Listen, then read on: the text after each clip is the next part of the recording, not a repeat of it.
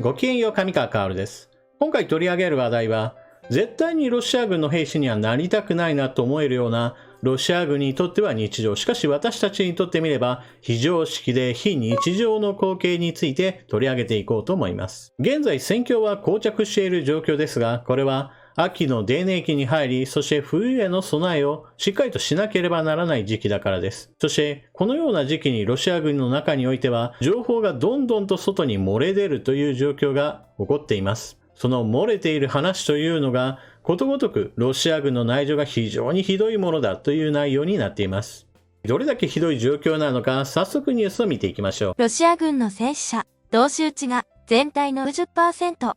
指揮命令系統の混乱で頻発化、ロシアのウクライナ侵略作戦に、ロシア軍側で参戦している東部ドネツク州の部隊幹部は、今年5月中旬以降の戦死者の多くが、同士討ちが原因との見方を SNS で示した。ロシア軍部隊はような勢力で構成されており、米政策研究機関戦争研究所派、相互の連携不足と、司令官の相次ぐ交代に伴う、指揮命令系統の混乱が、同士討ちを頻発させているとの分析を明らかにした。この幹部はロシアが9月末にドネツク州を一方的に併合する前からロシア軍と共闘してきた。幹部は移動ルートに別の部隊が埋設した地雷を踏んで複数の戦死者が出た例を挙げた。9月中旬には東部ルハンスク州でロシア軍部隊同士が銃撃戦となり21人が死亡し50人超が負傷したと伝えられている。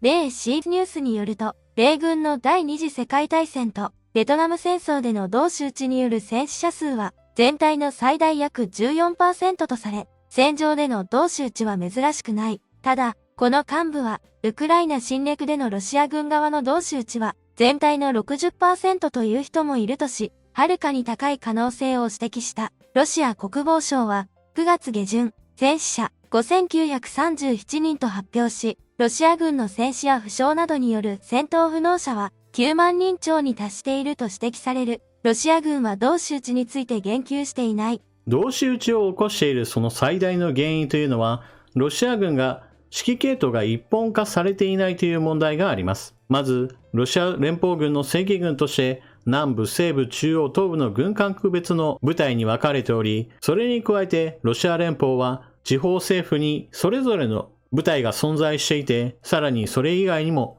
傭兵部隊のワグネルであったり、侵略したウクライナ現地において独立した部隊としてドネツクの地方軍やルハンスクの地方軍、さらにはちょっとした軍閥を成しているチェチェン共和国の軍隊や、さらには正規軍とはまた別の国家親衛隊なども入り乱れており、味方同士の連絡が全然できない中で、ロシア軍が設置した対戦車地雷にロシア軍の戦車が引っかかって被害を受けたり、敵だと思って砲撃したところに同じロシア軍の別の指揮命令下にある部隊がいたりと、日常の光景として同士討ちが発生しているのです。ただし、戦死者の 60% がこの同士討ちによる被害だというのは、さすがにこれは大げさな数値でしょう。ロシア軍予備役500人以上が攻撃受け死亡、1個大隊ほぼ全滅か。ロシアの複数の独立系メディアは、動員されて、ウクライナ東部に派遣された、ロシア軍の予備役500人以上が、攻撃を受けて死亡し、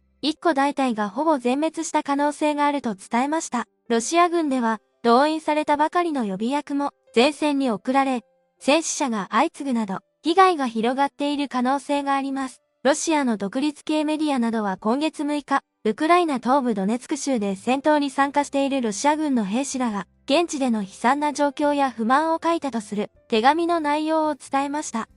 それによりますと、4日間でおよそ300人が死亡や怪我をしたり、行方不明になったりした、機材の半分を失ったとして、誤った作戦や指揮によって戦死者が相次いだとしています。また、複数の独立系メディアは、今月5日動員されて、ウクライナ東部ルハンシク州に派遣されたロシア軍の予備役500人以上がウクライナ軍の攻撃を受けて死亡し、1個大隊がほぼ全滅した可能性があると伝えました。生き残った兵士などの証言では、今月1日、塹壕を掘るよう命じられたものの、スコップは30人に1本しかないなど、資機材が不足していたということです。多くの兵士らが手で塹壕を掘っていたところ砲撃を受け、570人のうちの500人以上が死亡したとしています。この件に関して、ウクライナ側のルハンシク州の知事は、遺族への保証金を支払わないようにするため、ロシア軍はこれらの遺体を回収していないとコメントしています。では、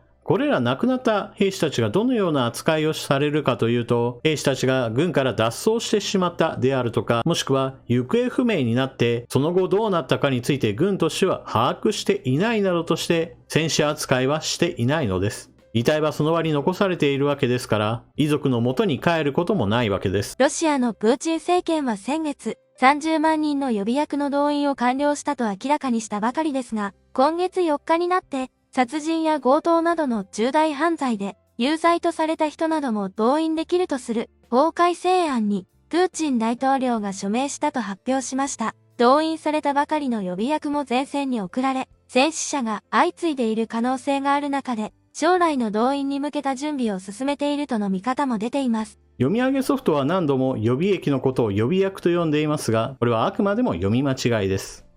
さて、それはそうとして、動員された兵士たちが非常にずさんに使い捨てにされているというのがニュースとして続々と上がっています。もちろんこれは氷山の一角で報道されないところでは日常的な光景としてこのようなことが各地で起こっているはずです。ウクライナの東部から南部にかけて非常に戦線は長く伸びており、これらの場所においては当然のようにどんな惨事が起こっても外部に情報が出てこない場所というのもたくさんあるはずだからです。そしてたくさんの兵士が亡くなるということはその穴埋めのためにプーチン大統領としてはその後のことも手を打ってきています。それが殺人や強盗などの重大犯罪で有罪とされた人たちも動員できるようにしたという話です。このような人たちはプーチン大統領にとっては真っ先に前線に送り込んでロシア国内における治安対策やウクライナ軍の弾薬消費を加速させるために積極的に活用しようと考えていることでしょう。さて、季節は冬へと向かっています。この時期塹壕をしっかりと作り込んでおくことが求められるわけですが、ほとんどの人が素手で塹壕を掘らなければならないというのは当然のようにかなり目立っていたことでしょう。だからこそウクライナ軍の攻撃があったわけです。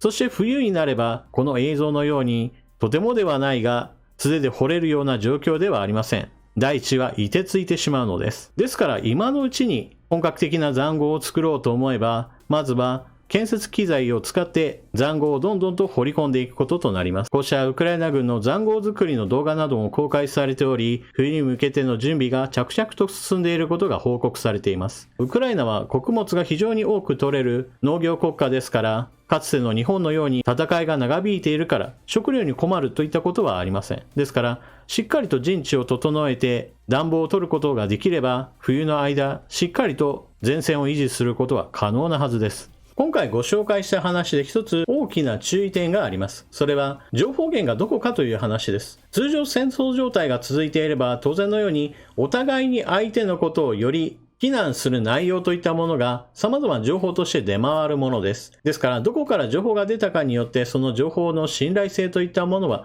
かなり変わってくるものです。今回のように紹介したニュースというのはどちらかというとウクライナ側から出た情報ではなく、そもそもロシア国内から情報が出てきた、もしくはロシア軍側の軍人であったり報道機関であったりウクライナ側がどうこうしようとしてもちょっとできないようなところから情報が漏れ出ているのが一つ特徴となっています。通常であればこのようなロシアにとって不利な内容はロシア側が情報統制しようと考えるわけですが、今のところそのような統制はうまくいっていないのか、そもそもそのような統制をする気がないのか、ロシア軍のひどいありさまが様々情報として出ています。塹壕を掘らせるにあたってスコップが全然足りなくて素手で掘らせていたなんていう話もちょっとまともじゃないなと思えるような話です。500人ぐらいの人数が素手で塹壕を掘っていたというのであればすごく時間がかかってウクライナ軍が発見するのも簡単だったことでしょう。しかも塹壕を掘ろうとしているということは塹壕がないわけで、遮蔽物のないところに砲撃を食らえば一発であっという間に多くの人数が致命傷を負ってしまいます。そしてそのような場所であれば逃げようとしたところで圧倒的に砲撃の方が有効距離が広いわけですから、大隊が全滅してしまったのも仕方ないことだと言えます。この話に一つ追加しておくのであれば、多くの兵士が亡くなったこの大隊なのですが、将校はさっさと先に逃げており、この人物がまた同じように動員兵を伴って前線へやってきて、同じようにまた塹壕を掘らせるかもしれません。現在のロシアはかつてのソ連のようなもので、人命をどれだけ失ったとしても、そのことによって責任を取らせることがほとんどないかのような状態です。ロシア軍で責任を問われるのはあくまでもウクライナ軍が撃退できなかったであるとか、ウクライナの領地を奪うことができなかった、そのことについての責任を問われるだけであり、どれだけの兵士が命を失ったかについては全く評価基準に入っていないかのようです。プーチン大統領にしても、ロシア軍にしても、ロシア政府にしてもそうなのですが、一般国民がどれだけ亡くなったとしても、